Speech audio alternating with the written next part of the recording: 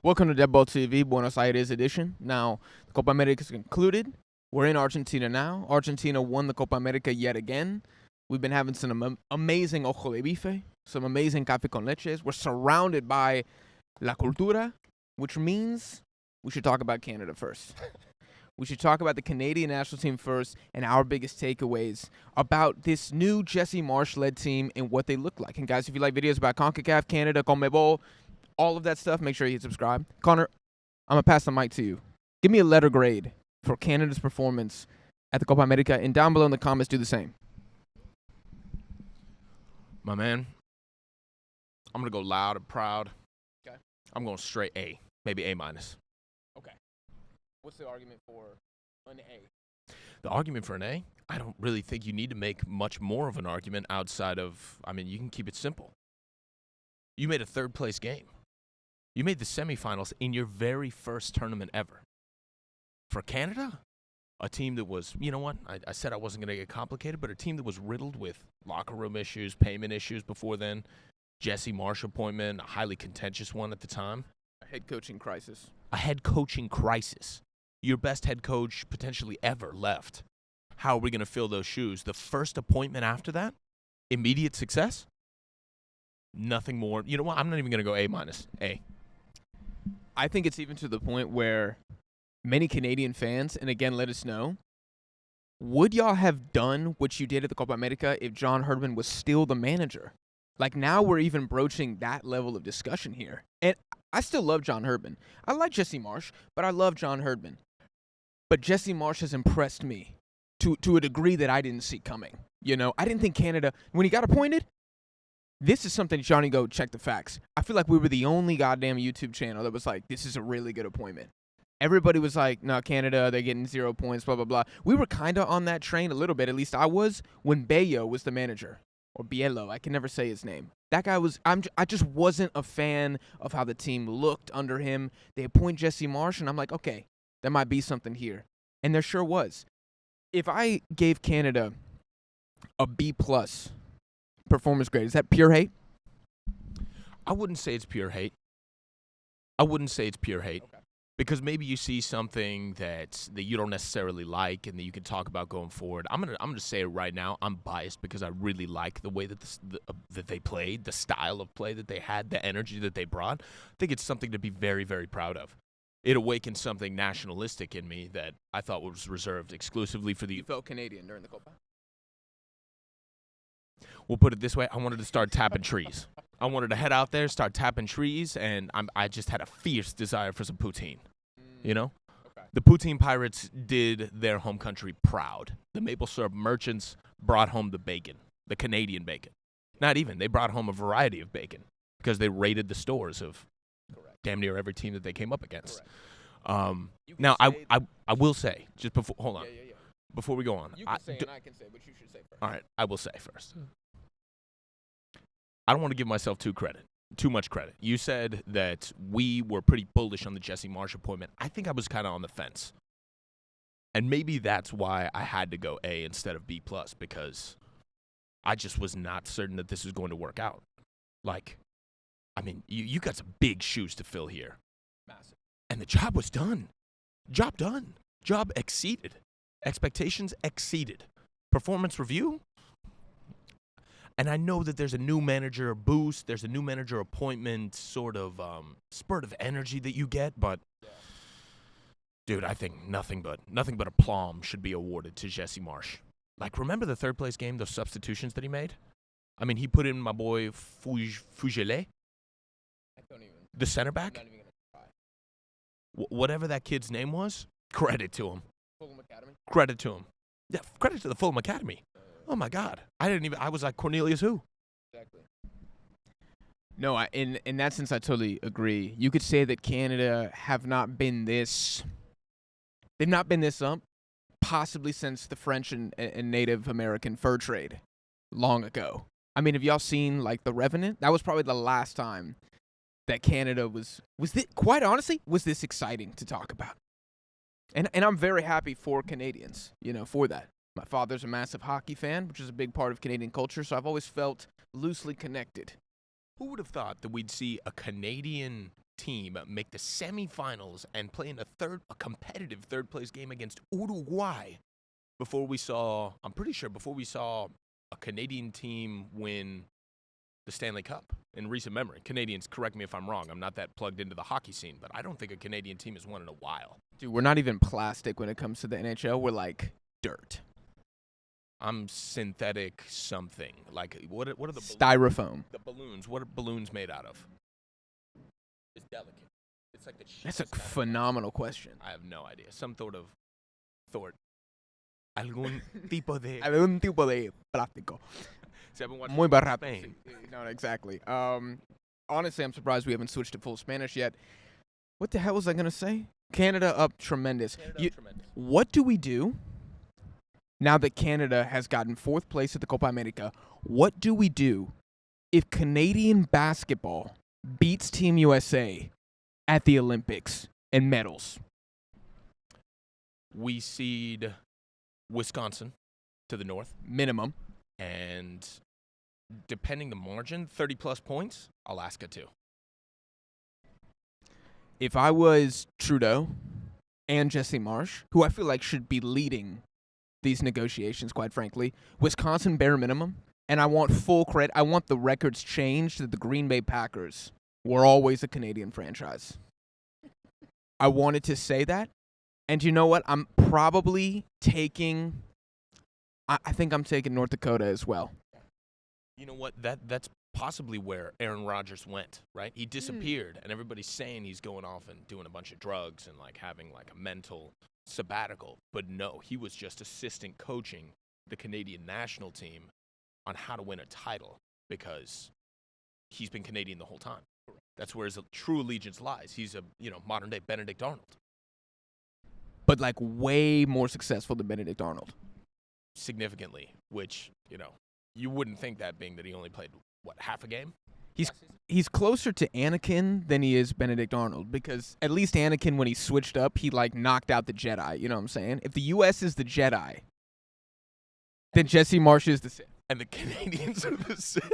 Jesse Marsch is Emperor Palpatine, which means Alphonso Davies is Boba Fett. No, Alphonso Davies is Jango Fett. Is he just a stormtrooper? Count Dooku. Count Dooku? Okay. No, because he wasn't that influential this time. Maybe he's Darth Maul. Okay. Really, really hyped up. You're really scared for him, and then my boy just gets cut in half, and he's quiet. Yeah. You just never hear from him again. In the main movies.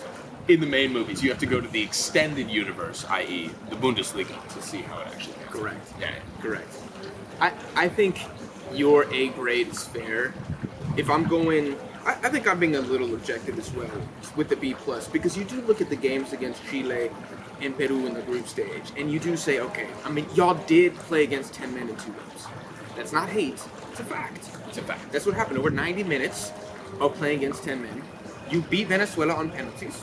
I think that was probably, no, their best performance is Uruguay. That game was crazy. Uruguay. With a heavily rotated squad, credit and aplomb and flowers. They played the kids and looked better. Yes. I think in regards to substitutions and squad rotations, we were pretty on the outs in regards to Jesse Marsch's rotation there. But looking back at it now, I mean, you have to put it up there with Scaloni's, in regards to the tournament, Scaloni's substitution of Paredes, Lo Celso, and Lautaro. You have to. You 100% have to. Like, it had that kind of an impact. They obviously didn't win the game, but, I mean, what a rotation. Dude, it is completely accurate to say that Jesse Marsch had better squad management and rotation than Marcelo Bielsa the entire tournament. Which, if we're talking who's actually Palpatine in this metaphor, it's Marcelo Bielsa. He is the mastermind. That's the credit that he gets, right? Yeah. That's like, I don't even know. What if we're putting this into NBA terms, what Bielsa's Popovich and Jesse Marsch is, who's my boy from the Celtics? The new coach, the young guy? Coach begins with an M. I can't remember his name right now. The point is, I mean, Big Dog, nobody rated him. And then out of nowhere, he comes in and he's like, I'm going to win a quick NBA championship. Out of nowhere. Maybe not out of nowhere, but I think the major difference between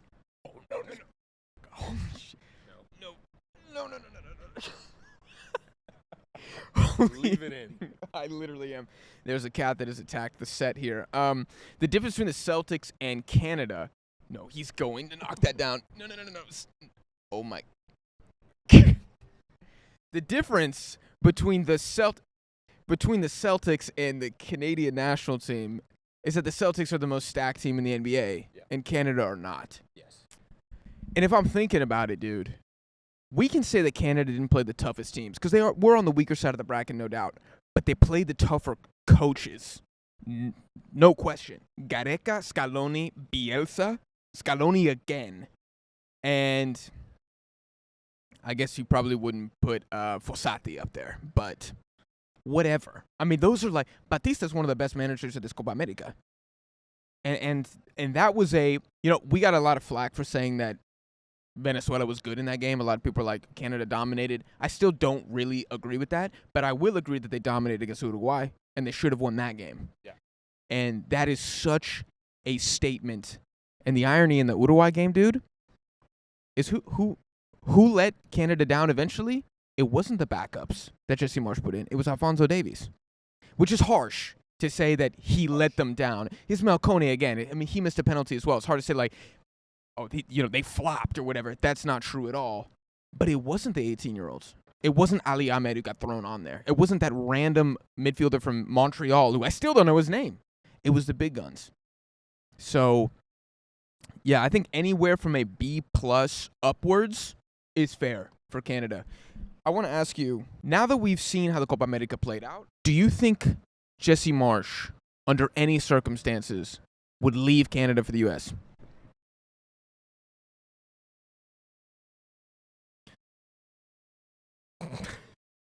Leave it in. Oh, no, they're walking all over the keyboard. Okay.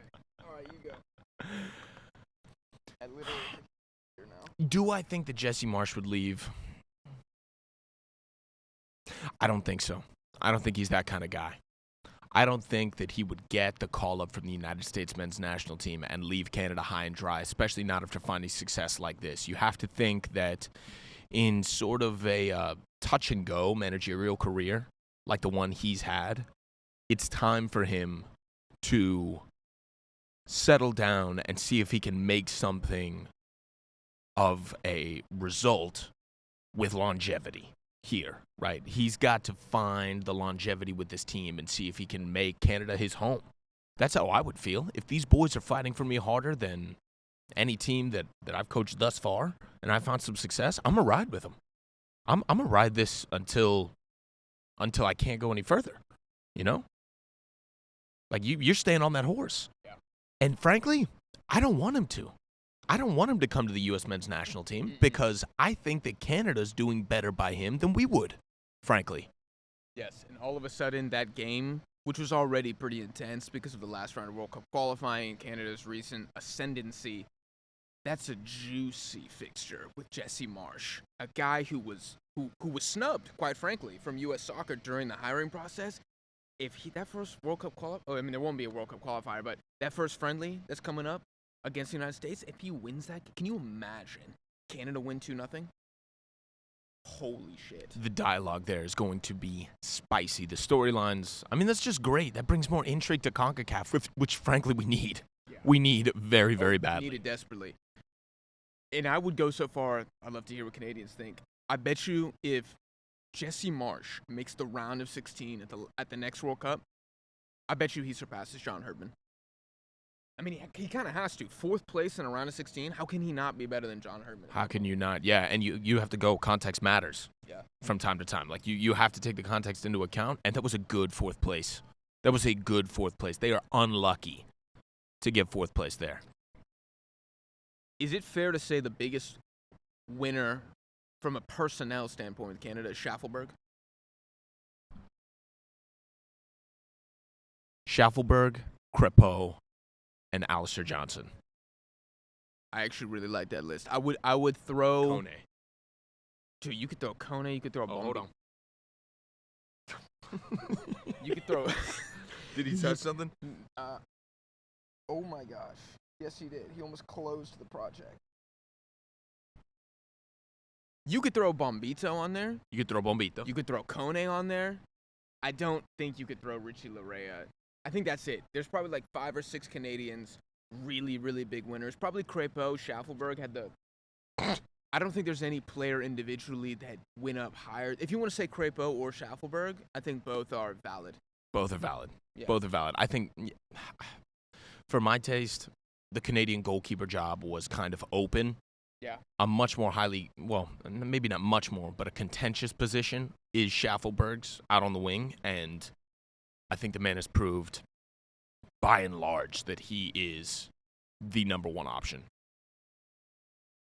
Oh, he's got that as long as he wants it, quite frankly. I think actually Jesse Marsch did him a disservice by not starting him in the third-place game. Correct. Like, I understand giving St. Clair minutes, but you can't do that to my boy. No. After the performance he put in, I mean, he was the Golden Glove. He was the Golden Glove, and then, Emmy won a penalty shootout, and he ends up winning the final. You have to give it to Emmy, of course. But I thought that was one of the few mistakes. Things that I didn't like Jesse Marsch did in Canada, he's got to get away from Kyle Larin 100%. Yeah. It has to be Oluwaseyi and Jonathan David up top, or just Jonathan David up top, and Oluwaseyi on the bench. And you got to start Crépeau in every freaking game, man. The one thing I want to say about Oluwaseyi is that the man generated opportunities. His finishing leaves. He's a smart player. He's a smart player. He's got great positioning, and he just knows what he's doing. He knows what he's doing and where to be. Just unfortunate with the finishing, but Jesse Marsch, if he's a man management guy, that's a fixable issue. That's a fixable issue. And then all of a sudden you have a massive upgrade from Larin to potentially a really solid Oluwaseyi. Dude, Larin almost looks finished. It was a little shocking, especially after the season he had in Mallorca. Like, I'm having doubts. Okay, we got 60 seconds left. Really, really quick. Where do you rank Canada and CONCACAF? So they're sitting in CONCACAF. They're sitting 39th in FIFA World Cup or FIFA World Rankings right now. I think they deserve 30 to 35th right now. The one argument that I have against them being number one is that I think the U.S. and Mexico would still put up good games against them. Those derby days would be difficult. So I need to see some victories from Canada before I'm ready to say that they're kings of CONCACAF, even though they have earned, by and large, aplomb and, contender status there. I think they're firmly second. I don't think there's a very good argument that they're the best team.